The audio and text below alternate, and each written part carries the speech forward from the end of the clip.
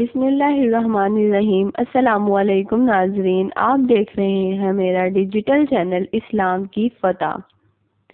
حضرت مصعب بن عمیر رضی اللہ تعالیٰ عنہ اسلام لانے سے پہلے بڑے ناز کے پلے ہوئے اور مالدار لڑکوں میں تھے۔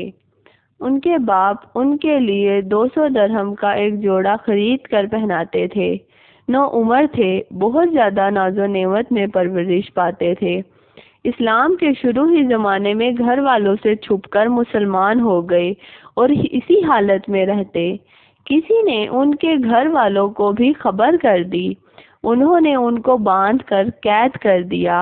کچھ روز اسی حالت میں گزرے اور جب موقع ملا تو چھپ کر بھاگ گئے، اور جو لوگ حبشہ کی طرف ہجرت کر رہے تھے ان کے ساتھ ہجرت کر کے چلے گئے۔ وہاں سے واپس آ کر مدینہ منورہ کی طرف ہجرت فرمائی اور زہد و فقر کی زندگی بسر کرنے لگے، اور ایسی تنگی کی حالت تھی کہ ایک مرتبہ حضور اقدس صلی اللہ علیہ وآلہ وسلم تشریف فرما تھے۔ حضرت مصعب رضی اللہ تعالیٰ عنہ سامنے سے گزرے۔ ان کے پاس صرف ایک چادر تھی جو کئی جگہ سے پھٹی ہوئی تھی اور ایک جگہ بجائے کپڑے کے چمڑے کا پیوند لگا ہوا تھا۔ حضور صلی اللہ علیہ وآلہ وسلم نے ان کی اس حالت اور اس پہلی حالت کا تذکرہ فرماتے ہوئے آنکھوں میں آنسو بھر لائے۔ غزوہ احد میں مہاجرین کا جھنڈا ان کے ہاتھ میں تھا۔ جب مسلمان نہایت پریشانی کی حالت میں منتشر ہو رہے تھے تو یہ جمے ہوئے کھڑے تھے۔ ایک کافر ان کے قریب آیا اور تلوار سے ہاتھ کاٹ دیا کہ جھنڈا گر جاوے اور مسلمانوں کو گویا کھلی شکست ہو جائے۔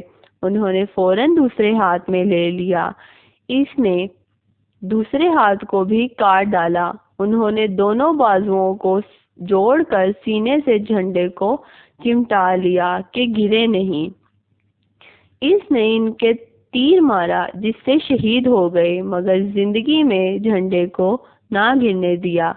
اس کے بعد جھنڈا گرا جس کو فوراً دوسرے شخص نے اٹھا لیا۔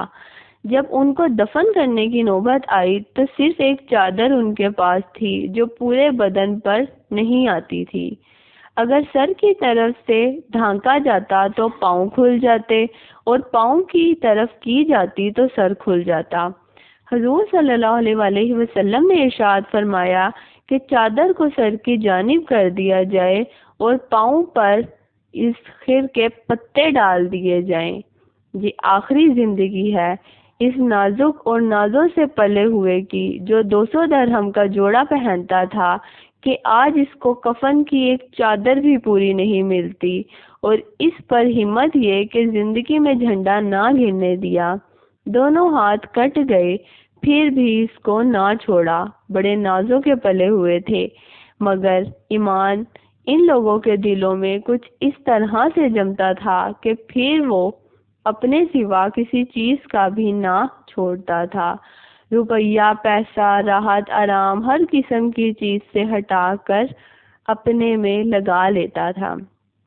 ناظرین، آپ کو یہ واقعہ اچھا لگا تو اپنے دوست احباب کے ساتھ شیئر کریں اور کامنٹ میں بتائیں۔ جزاک اللہ۔